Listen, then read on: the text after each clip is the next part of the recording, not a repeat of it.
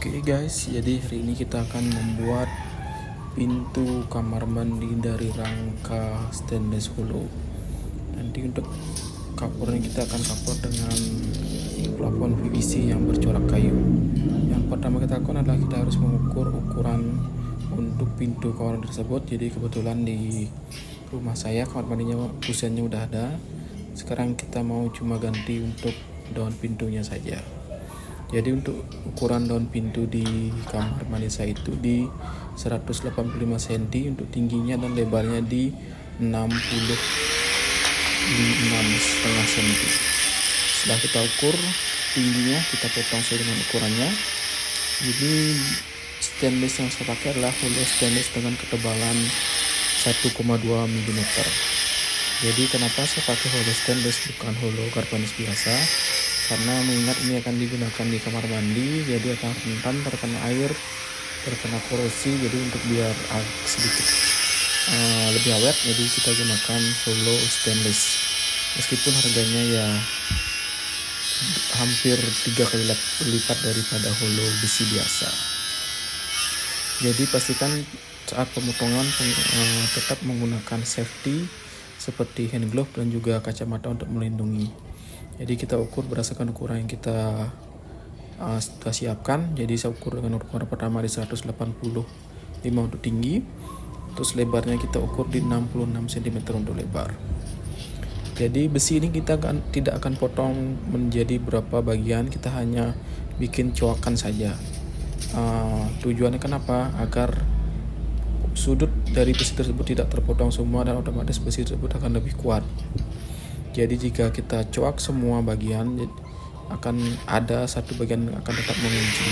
Tapi jika kita potong menjadi 4 bagian, itu akan mengurangi kekuatan dari besi dan juga akan menyulitkan pada saat pengelasan. Ini saya sudah masuk ke bagian coakan ketiga dan coakan terakhir. Jadi pastikan potongannya presisi dan rapi agar memudahkan dalam pengelasan juga.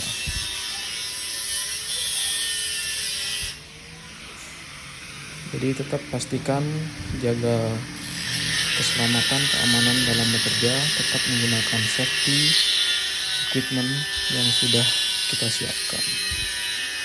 Jadi besi hollow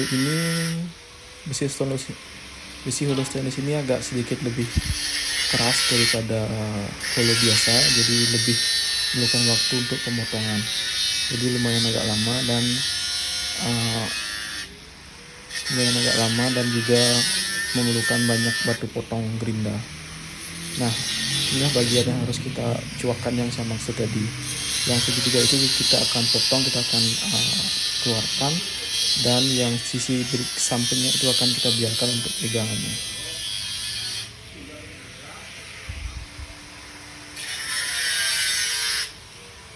Jadi kita lanjut untuk pemotongan. Jadi total kita buat 3 coakan. Yang ujung terakhir kita bentuk segitiga biasa dan itu akan bertemu dengan ujung berikutnya.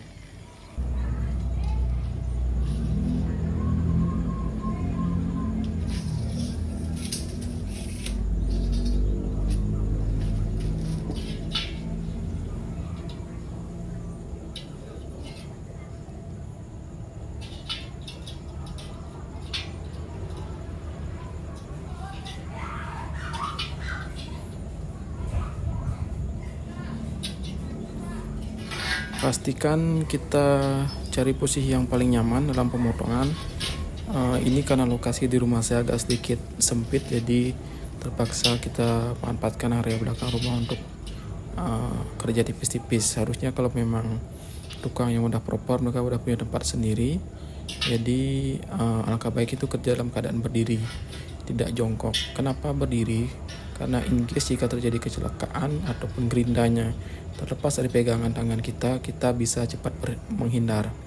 Dan jika kita mengerjakan dalam keadaan duduk, jika gerinda itu terlepas kemungkinan akan mengenai kaki kita. Jadi kalau kalian punya tempat di rumah masing-masing, gunakanlah halaman yang luas ya untuk melakukan hal seperti ini.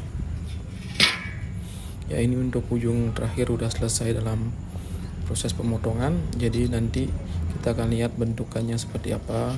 Kalau udah semua colokan udah selesai dipotong dan juga ujung-ujungnya sudah mulai terpotong juga.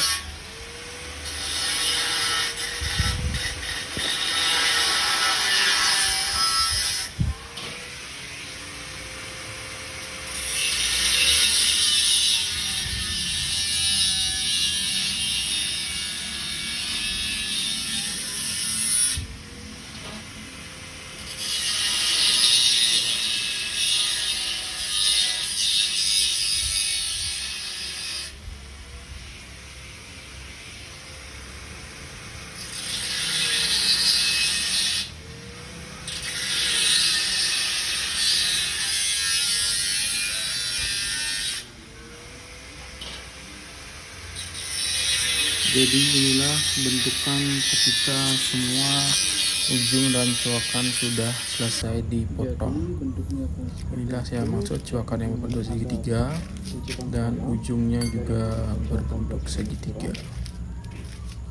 Kalau sudah seperti itu, kita lanjutkan dengan penekukan. Jadi posisi pintu kita tekuk berdasarkan nanti ukuran yang sudah kita siapkan.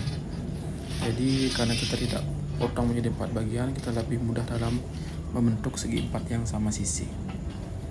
Ya, kalau sudah seperti ini, kita tinggal nanti kunci dengan las.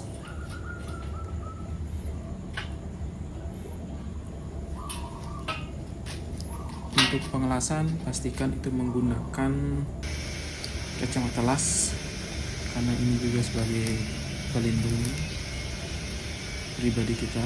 Dan jangan lupa juga kawat, pastikan menggunakan kawat las dan dis. Dan kita untuk pertama kita cuma las di beberapa titik aja untuk mengunci dan memposisikan besi itu di posisinya masing-masing. Kenapa kita nggak las langsung? Kalau kita langsung nanti jika ada kesalahan dalam bentukan siku, dia akan sulit sekali untuk melepasnya. Jadi kita harus gerinda ulang. Jadi jika kita cuma kunci berapa titik aja, jika ada kesalahan nanti kita cuma gerinda berapa titik aja, jadi lebih mudah. Ini setelah saya las berapa titik, itu kebetulan itu sikunya udah mau ketemu semua, jadi kita bisa las di semua keseluruhan di bagian belakangnya juga.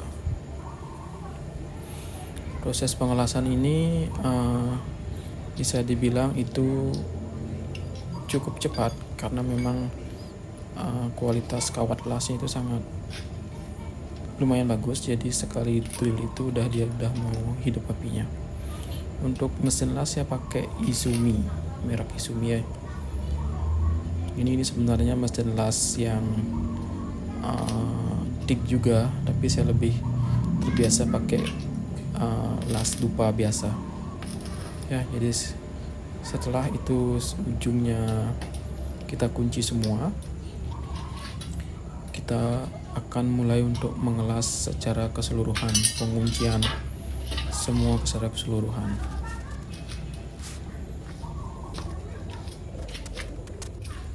Inilah bentuk setelah kita las berapa titik, jadi sudah terlihat kokoh.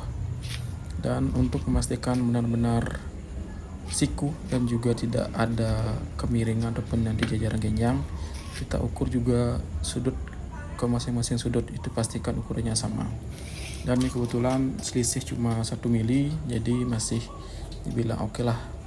Jadi kalau ukurnya 185 x 66, pojok ke pojoknya menjadi 196 cm. Jadi selisih 1 mili masih, menurut saya sih masih aman. Jadi kalau udah seperti itu, kita lanjutkan pengelasan ke semua bagian untuk menguatkan dan mengunci semua titik daripada sudut tersebut.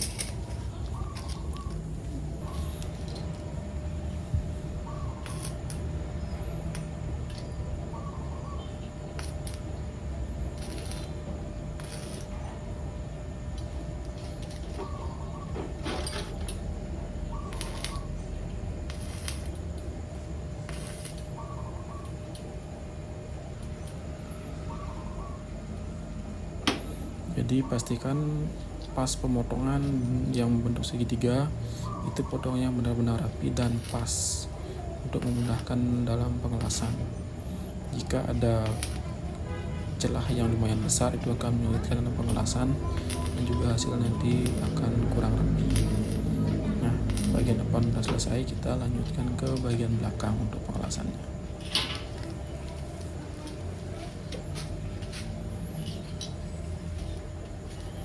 Ya, untuk mesin las ini sedikit ada terkendala karena untuk tang lasnya itu agak sedikit pendek, kabelnya itu cuma 1 meteran, jadi agak sedikit mengganggu sih. Saya harus pindah-pindah lokasi untuk pengelasannya.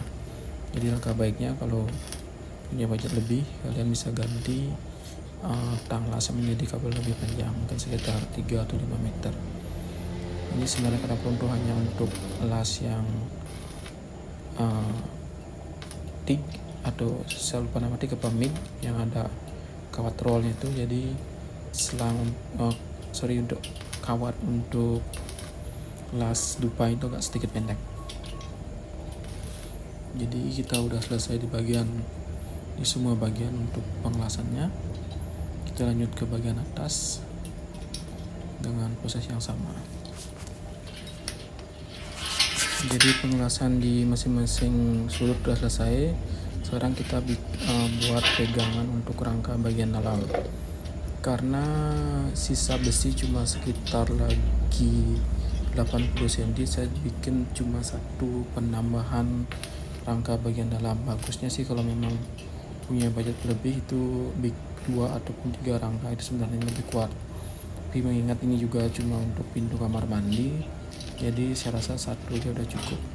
Jadi untuk memastikan ukuran, angka baiknya kita ukur dulu bagian dalamnya untuk jangan sampai nanti ada kekurangan ataupun kelebihan oke, masih bisa dipotong, tapi kekurangan 1-2 cm itu akan ya harus beli besi lagi, yang kita nggak bisa juga beli besi eceran, harus 1 batang ya. Dipastikan itu diukur berdasarkan ukurannya. Langkah baiknya lebih dikit, kalau memang lebih kita bisa potong 1 atau 2 mili. Kita cari asnya tengah-tengah itu untuk biar juga posisi handle itu pas di tengah, nanti kita posisikan untuk pegangan rangka bagian dalam itu di tengah-tengah. Ya, kalau udah oke semua, kita bisa mulai las. Karena ini tidak memerlukan presisi sekali, jadi kita bisa langsung las dengan penguncian langsung ya, tidak perlu titik, kita langsung bisa pasang. Inilah penampakan setelah selesai pengelasan di semua titik. Jadi ini cukup 1 batang besi yang panjang 6 meter untuk 1 pintu kamar mandi seperti ini. Masih sisa lagi kita 30 ataupun 20 cm. Selanjutnya kita rapikan bekas pengelasan dengan menggunakan gerinda.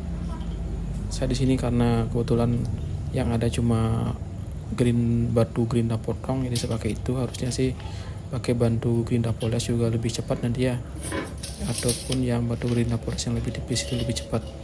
Jadi karena saya yang ada itu terpasang gerinda itu batu potong, jadi saya pakai itu aja ya.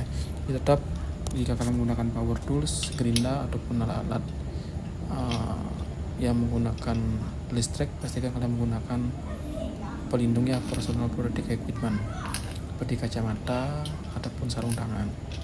Angka baik juga kalian menggunakan sepatu yang memang dikhususkan untuk pajak-pajak seperti ini ya. Jadi pastikan semua bagian yang telah kita las itu digerinda dengan bersih. Di sini juga kita akan bisa melihat hasil lasannya ya. Kalau hasil lasnya kurang bagus, kita bisa ulang las lagi sekali, karena kemungkinan pas kita ngelas itu masih ada kotoran bekas las, terlihat tutup, padahal setelah kita gerinda itu akan kelihatan berlubang ataupun masih ada celah. Jadi kita gerinda di semua sisi untuk memastikan semua rapi dan juga lasnya rapat.